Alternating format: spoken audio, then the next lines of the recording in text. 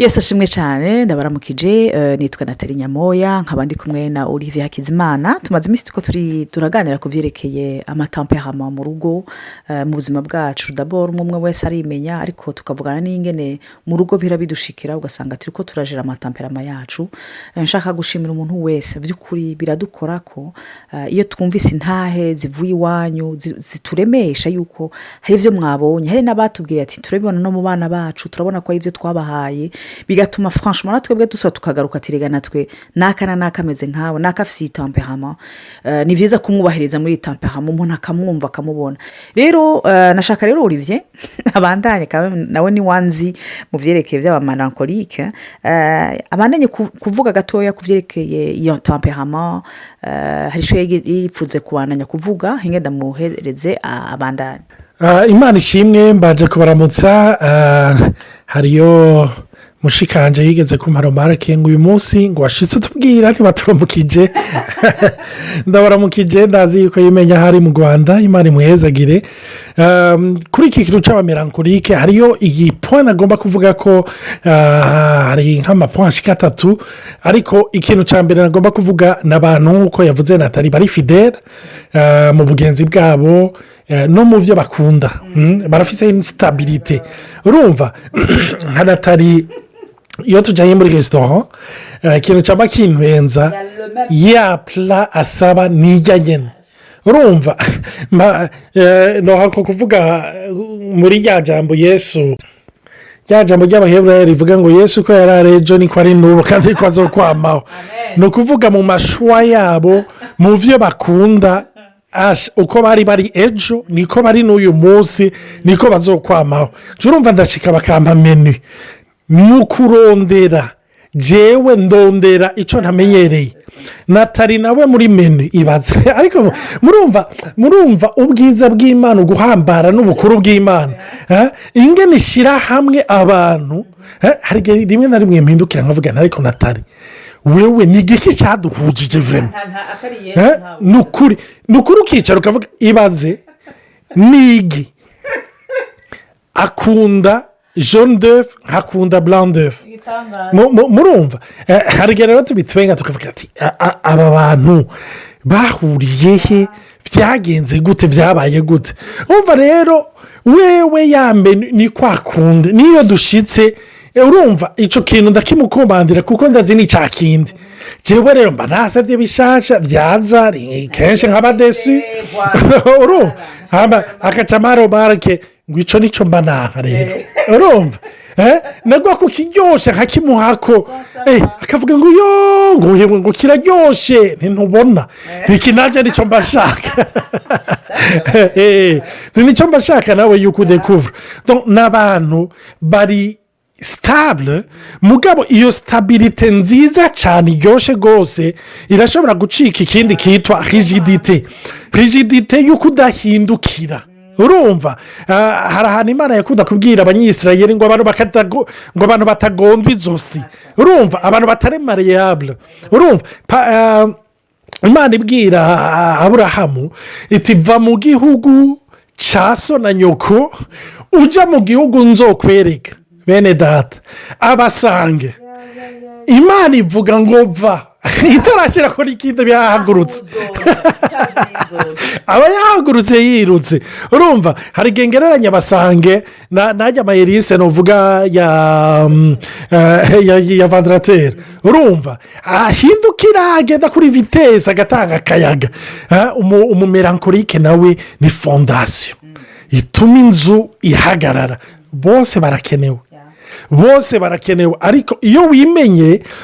ico cyose cyitwa avantage kirashobora kugucikira inconvénient kirashobora kugucikira ikikugora donc hari ico kintu ca stabilité n'abantu rero usanga rimwe na rimwe kenshi doctrine yize canke ihishuriwe yaronse canke ikintu yize kugira azogihindure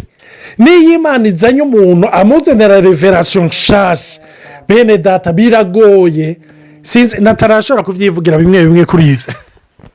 basha kucerekeye stabilité mon Dieu c'est un confort en fait n'ahantu ufise amahoro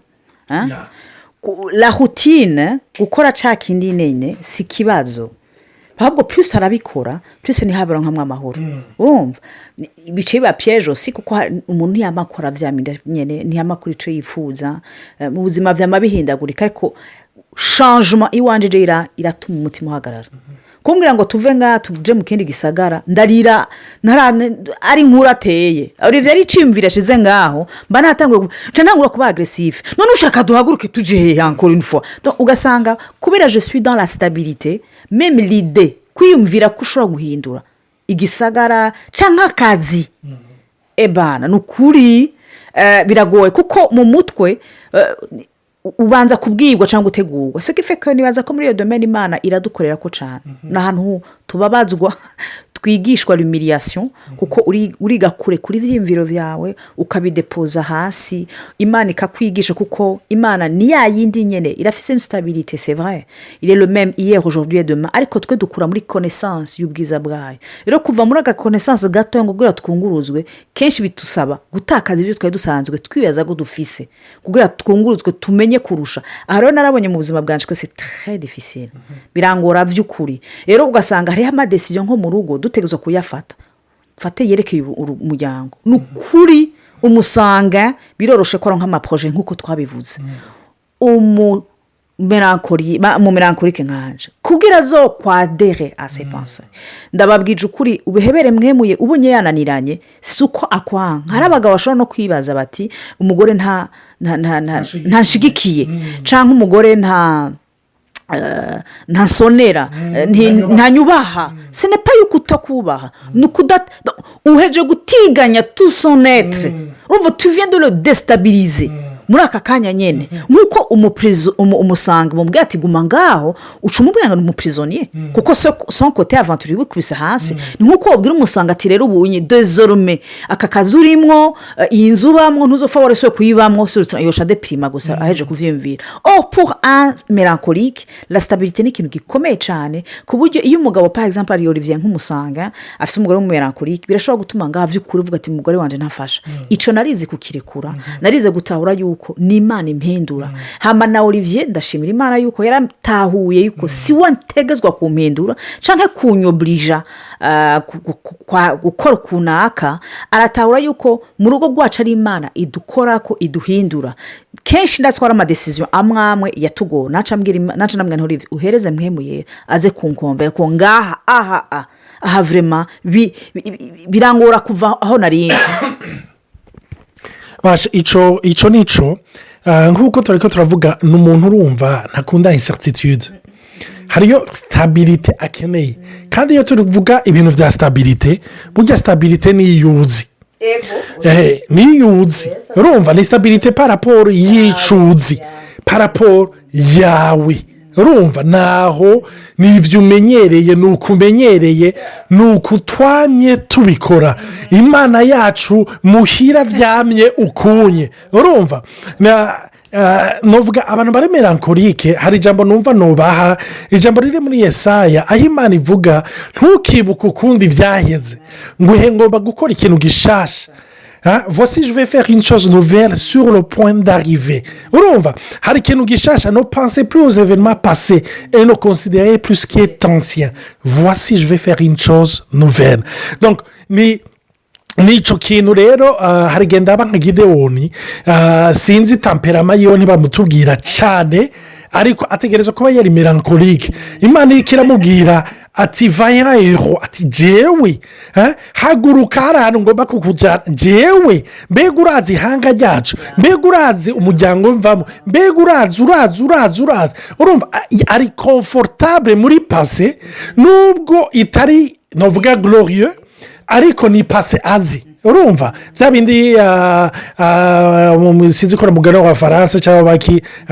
vaut mieux un démon connu qu'un ange inconnu urumva umuntu ahantu hababaza ari kazi ametriza hakurusha kumubwira ijuru atazi atarashikamo urumva ariko ingo tujane hamangwa agiye atora abagabo benshi baja kugwana kuko yamye abona ko intambara nuko zikogwa ni strategy zo kujya kugwana n'abantu benshi rero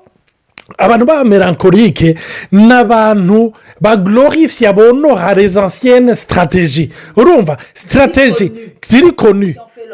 c'est ça donc izo rero barafise agaciro baziha barafise umwanya baziha donc hari ibintu biri important byo gusonerwa ibintu baha agaciro ariko Imana iramubwira iti no gabanya subizayo egezayo donc abantu b'abamelankolike naho Imana idetwiza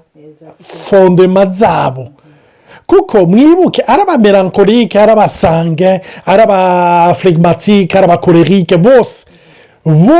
Imana igomba yuko tubakira ku rutare rumwe rwitwa Yesu ko muribuka Yesu yaravuze abubaka ku musenyi n'abubaka ku rutare umve ayo matamperama yose arimo amapoint positif n'amapoint negatif ariko ayo matamperama yose iyo ataje ngo ahagarare kuri rohoka yose amera nk'umusenyi kuko yose hamariye ibintu biza bikanyiganyiza tugarutse kuri Petero nawe turabona ko yari umusange yari umuntu yihuta ariko mu nyuma Yesu amaze kuzuka ijambo ry'Imana rivuga ngo arababwira ngo Petero ukiri muto warikenyeza ukiruka aho ugomba ariko igihe kigira kize aho hari uwundi hagira gukonye hagira haza uwundi agukenyeza nibaza ko rero periyode ndiko ndacamo aho Imana ikuzanamo une certaine stabilité ukagaruka uvuga uti wow sinshobora nka kera n'ibiki biriko biraba n'ibiki bihinduka muri jewe sinciruka mu bintu byose umenga birugurutse sinciruka mu bintu byose bishushe suko bavuze ikintu kuri rezo sosiyo yuko nashushe nirutse kuko hari uwundi agukenyeza hari uwundi agutwara kumbura atakwirukana aho ugomba areka kwirukana aho agomba. icyo kintu ni ikintu très important kwibuka yuko izo temperament zose uko turadekiriva intumbero ni uko tuzezeshe ijambo ry'Imana yuko ubwiza bw'Imana buza bukatumurikira c'est juste des facettes nk'uko Olivier yavuze de la personnalité de Dieu ariko icyo nkundira Imana ni uko iyo yibikoze ibikora neza apana twe turacafisemo les conséquences y'icaha yo kutandukanya n'Imana c'est normal yuko hariho ibintu byize tuba affecté ukabona hego le côté mélancolique ko vyimvira ifo kwame kwintu biba bipanze uravye ijambo ry'Imana kuva muri Genèse gushema Apocalypse birapanze quand même et c'est même extrêmement méthodique mugize ni bushakashatsi harimo nibiharuru c'est extraordinaire muga en même temps ntugumuhagarara kuri ico hariho ubwiza bw'Imana hariho mwemu ikurongora rero irinde des autres faiblesses zihari kuko nababwiye yuko les mélancoliques bakunda kwimvira cyane bakunda gupanga ibintu bya uko bavyifuza baratibanya l'incertitude bari muri incertitude ils n'aiment pas affronter les choses bakunda kuja mu bintu bazi nje gituma je ndiko ndaraba kuri menu mfata iconzi c'est confortable je n'aime pas m'aventurer ngo nje ahantu jewe ntazi jewe namfashe ungiriye ingorano kanyereka inzira mu muduga ahija nzofata iyo nyene pendant 10 ans mpaka nirande compte peut-être mu mutwe unyereke yuko ntumwanya yuko naciye kure sino mwese me pose aucun souci Olivier nawe yaciye ngaha arashobora guhindura akaja hirya agasubira cinkibaze none kubiri iki pourquoi il reste pas hahandi nyene tu vois parce qu'on est différent donc ikindi naco je suis une très mauvaise équipière ça je le sais nahora nkunda gucokoza Olivier kuri nuko nyene mpemu yera vy'ukuri amazi misadu yaraduhinduye sinari kwibaza ko nokoranye na Olivier mu kazi dufate mu dushire nkuko iyo ntabandi umuganga tukashira peut-être dans une entreprise j'ai vraiment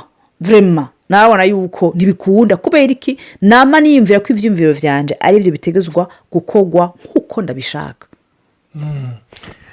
cyane akivuze muri ubwo buryo ucumenga kumbure n'umuntu agomba kwibintu novuga no umenga impose dictature donc ifo yuko ibintu biba nk'uko agomba oya mwibuke yuko n'umuntu melancholique ari dans le monde des idées ni ukuvuga idées zifise forme zifise forma urumva donc si amajambo gusa no hariyo forme hariyo forma biba birimwo rero iyo forma nicyo gituma n'abantu biyeketa ku kantu gato kubera ni ukuvuga yategerezwa kuba triangle akabona umenga biriko bifata forme ya carré arabadesitabirize kuko si cyo yari yiteguye, si uko yari abyiteguye. Iyo turi ko turavuga nk'ibi binyibutsa abaotisite. Umuotisite arafise monde yiwe, arafise n'amabitude. Turafise abagenzi bafise imezo bakira abaotisite, bafasha abaotisite. Umuotisite afise habitude, routine iba installée sur plusieurs années. Iyo ihindutse nano ubu destabirije kandi acagira crise. Rero sinavuga abamelankolike ko ari abaotisite, ariko ni abantu k'iyo incertain routine barafise ingene bari dans le monde des idées. Nicyo gituma iyo tugiye ahantu natara akabona mfashe iyindi nzira, bene data ni ukuri ubu nzodevelopa ahubwo kamera imufotora vuba nzobarungikira. Urabona ko apanitse natari nibiki none uciyehe turahatora. Natari ahubwo iyi nzira niyo mperuka kudekuvura ni iya hafi, ni iya hafi mugabo reka tugume muyo tumenyereye, urumva. Donc ni icyo kintu rero, iyo umenya umuntu, iyo uri kuramenya umuntu ni ukuri uragitahura, ugatahura yuko ofete igituma ari aba mauvais perdant ni uko bari ebana dans le monde des idées. Donc agomba ko akora ibintu asa maniyeri, urumva fopa ko ubinjiramo. Ariko twebwe turaba artisite, uko zivugijwe niko zitambwa, urumva turiyadapta, urumva tuyangire yabayemo kare turayironkera poeme, turaronka n'izina, ahubwo turayikwedura ikaba na cercle. Nuko tumeze, urumva rero mutwihanganire. Imana ishimwe cyane. Sinzi ko natari ari icyo yovuga arangiza anadusengera. Imana ibahe umugisha. nibaza yuko muri rusange ari ibyo twarabivuze cyane cyane, nagerageza kuvugira abamelankolike iyo bari mutwumve, mudufashe, mudusengere. nimuba mufise umuntu mubana gutyo mumutahure vraiment, ce n'est pas ikintu cyose azokora ofoni yashavuye uhavubeza ngo ashavuriye wewe, ako ashavuriye iciyumviro, ashavuye kubera ikintu nyine yagipanze siko kiri. Ndazi ko ari igihe umwana ashobora mama pourquoi tu es fâché contre moi? Non, c'est pas contre toi. Ni nyine napanze ikintu kubera icyo kintu ntagipanze nkuko navyumvira uri ruhande. Nukuri ko Imana ashaka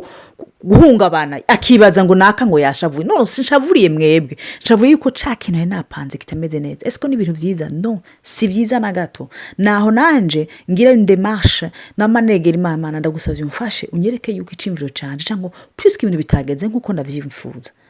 Mana ugumuri Imana, ugumuri Imana, uguma untabara. Donc rero murabandanya mudusengera, murumva ko nkifise amasoje de prière menshi, ariko nashaka n'ivyo nkuko revya heje kuvuga dusenge dushimira Imana. Mana ndagushima yuko umuntu wese wamuremye a ton image, kandi urazi gituma, urazi intumbero, urazi ingabire washize muri we. Ariko Mana ingabire zose zitagumye mu bwiza bwawe,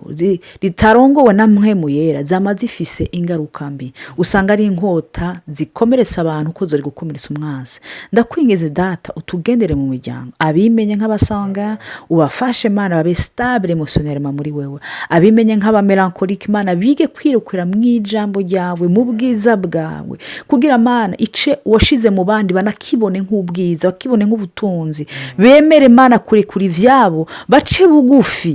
bicishe bugufi imbere y'ijambo ryawe w'ubunini bwawe, kuko ico waremye ni kinini kurusha ico twe dushobora kwibaza n'ico dushobora kubona. Mana ndagukengurukiye kubandanya ubohora mpwemu yera, wowe waduhawe nk'udukiza, wowe wazuye Kristo mu bapfuye. Tu es le même hier, aujourd'hui et demain. Nuzu sambure ibintu vyose bitari vyo biri mu mitima yacu, mu miryango yacu, mu ngo zacu, mu bana bacu. Ikintu cyose kitavuye kuri wowe mpwemu yera ukidetruise dans le nom de Jésus Christ. Haba Mana ugaragaza ubwiza bwawe.